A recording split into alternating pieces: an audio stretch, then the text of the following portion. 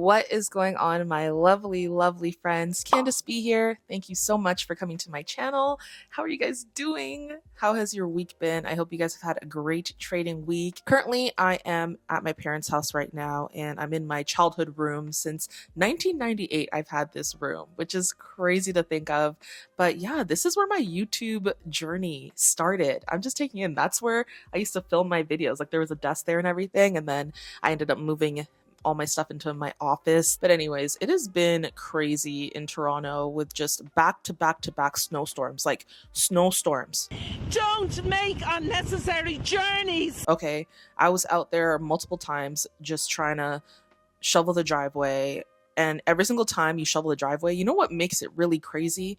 Every single time you shovel the driveway, about an hour later, snow is back. The snow is back like it never left. The snow is laughing at us like, you thought I was gone? And while I was shoveling the snow, cold, hair getting wet, freezing fingertips, just completely overwhelmed with the weather, I thought, this definitely reminds me of something. It reminds me of trading. It reminds me of the market. And so I went to ChatGPT and I asked, how is day trading like a snowstorm? And ChatGPT said, trading is like a snowstorm. It's unpredictable, fast-moving, and risky without preparation. Just as storms build momentum and limit visibility, markets can shift suddenly, requiring traders to stay disciplined and follow a strategy. And I said, you know what? You see how God works?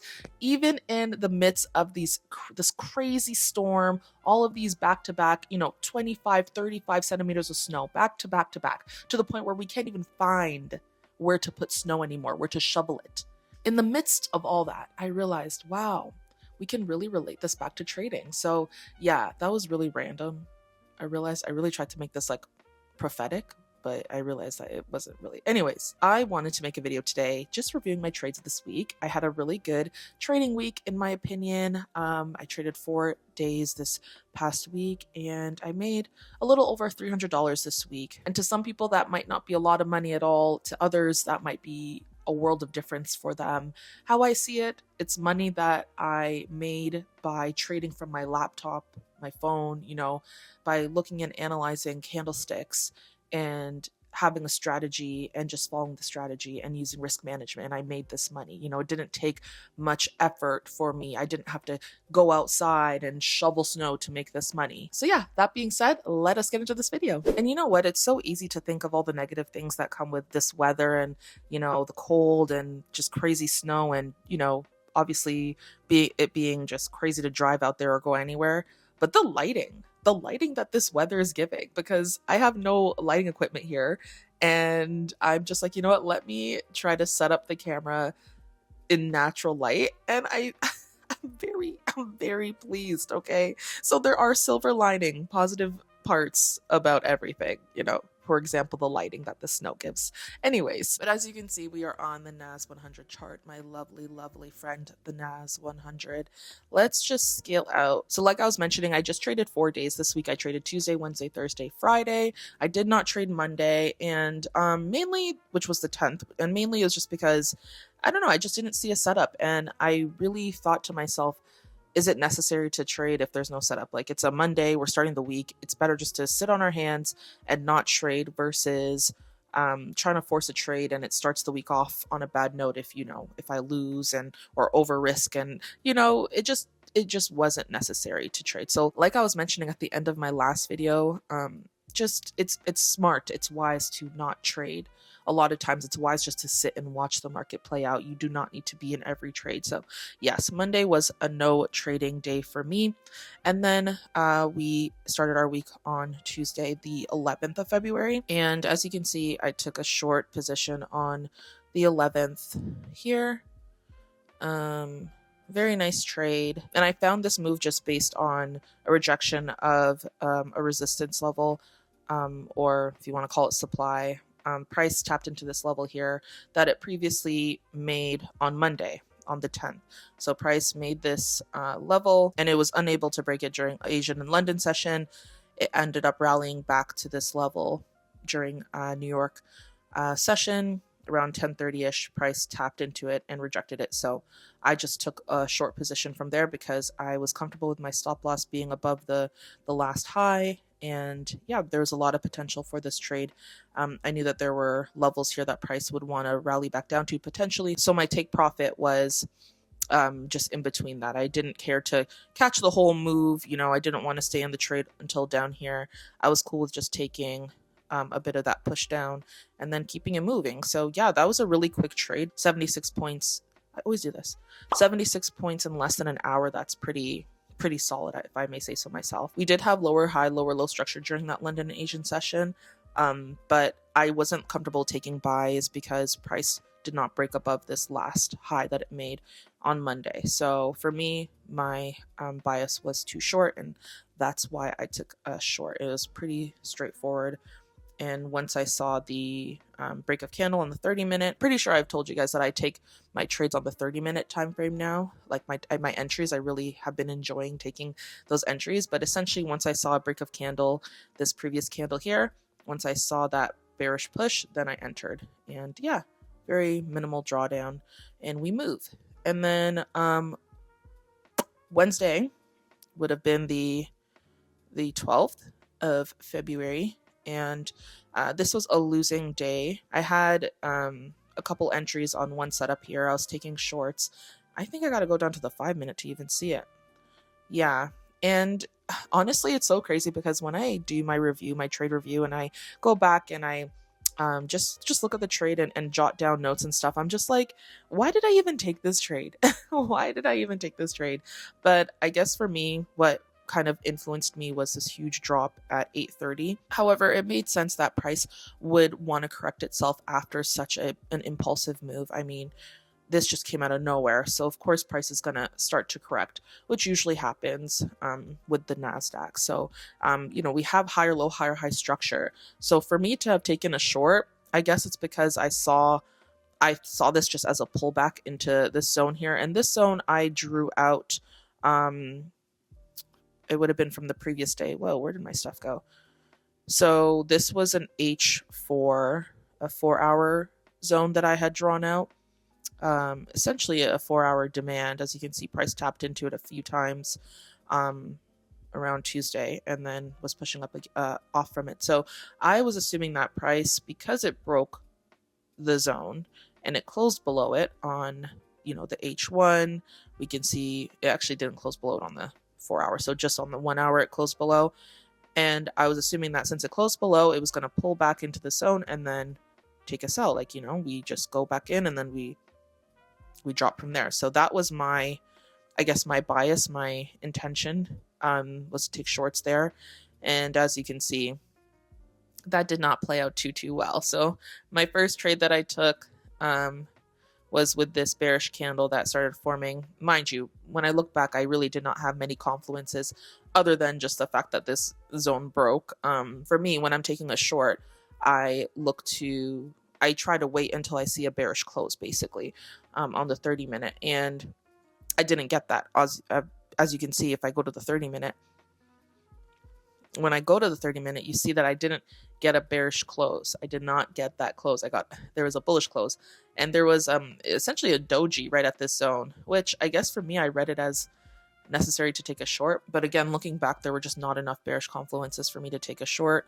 Mind you, I retested this 3 times. So honestly, I praise God that even these next 2 entries, which the third one was completely over trading. I'll be the first to admit I shouldn't even have been in the trade, even though I kept the bias of shorts. I should not have been in that trade. I was trying to push something that wasn't there. I was really trying to fight for something. But yeah, I praise God that I was able to get into break-even positions with these 2 trades, because this could have taken off at any point and it could have just catapulted up. So first trade, took that sell. Stop loss was hit pretty quickly within like a couple minutes, less than 15 minutes, and then waited a couple minutes and then entered. That was another thing, re-entering. I should have waited a bit longer. That's something that I have to work on, is if I'm going to re-enter with the same bias, then I need to wait a bit. I need to wait to see how price plays out, because if I waited, maybe I wouldn't have taken another short. But anyways, yeah, price did push down. It was trying. It was definitely trying, but the bulls just had more momentum. And once they got into this area here, once they pushed back down into this premium level, they just really shot right back up. So yeah, all in all, it is what it is. A losing trade. After I had my break even, that last break even, I was just like, okay, it's time to move on. Let's go live life. Anyways, so Thursday the 13th, we had longs that we took, and I mean, price was very, very clear. Higher low, higher high structure, as you can see. I'm on the 5 minute just to show the detail, but like even when I go to like the 15 or something like that, we see that we have that very nice, very clear structure, very clear bullish structure.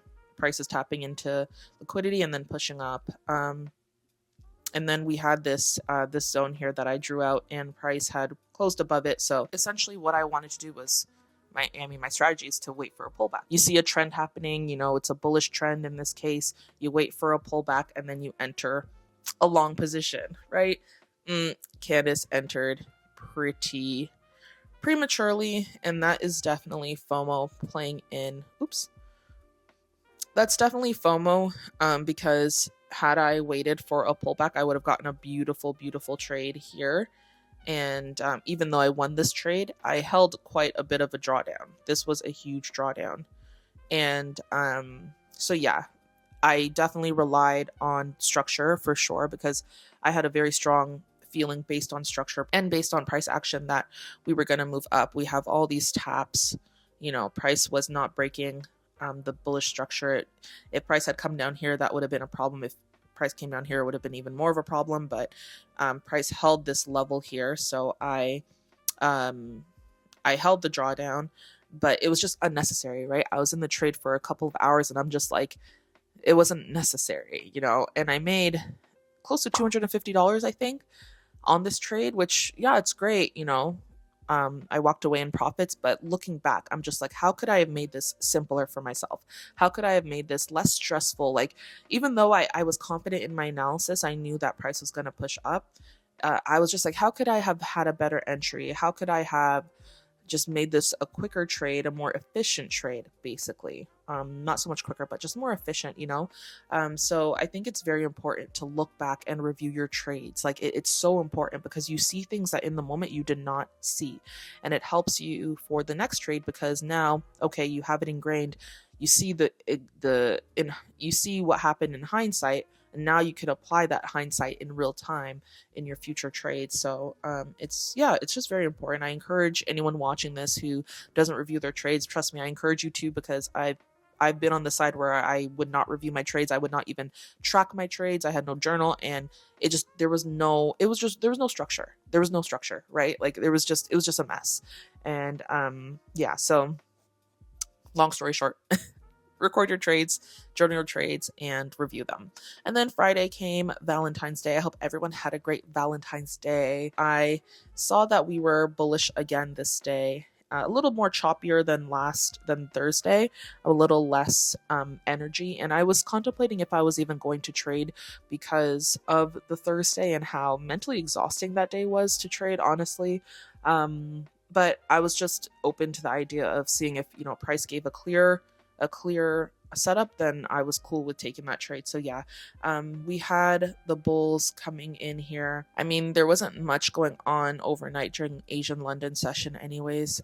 Price was kind of just moving sideways. There wasn't anything trending, but once New York session started, we do have that higher low, higher high structure. And it's important to realize that like you will never see perfect structure all the time. You have to, through chart time, you have to be able to see how price is presenting itself and how that applies. So I see the higher low, higher high structure in this. Some people might not, but with chart time, you see the pullbacks. That's a pullback. That's a pullback.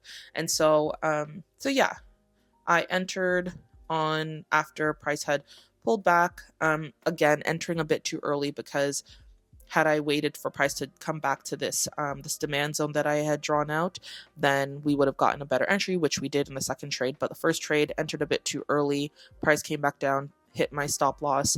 And then I knew, though, as it rejected this area here, that we were going to continue pushing up.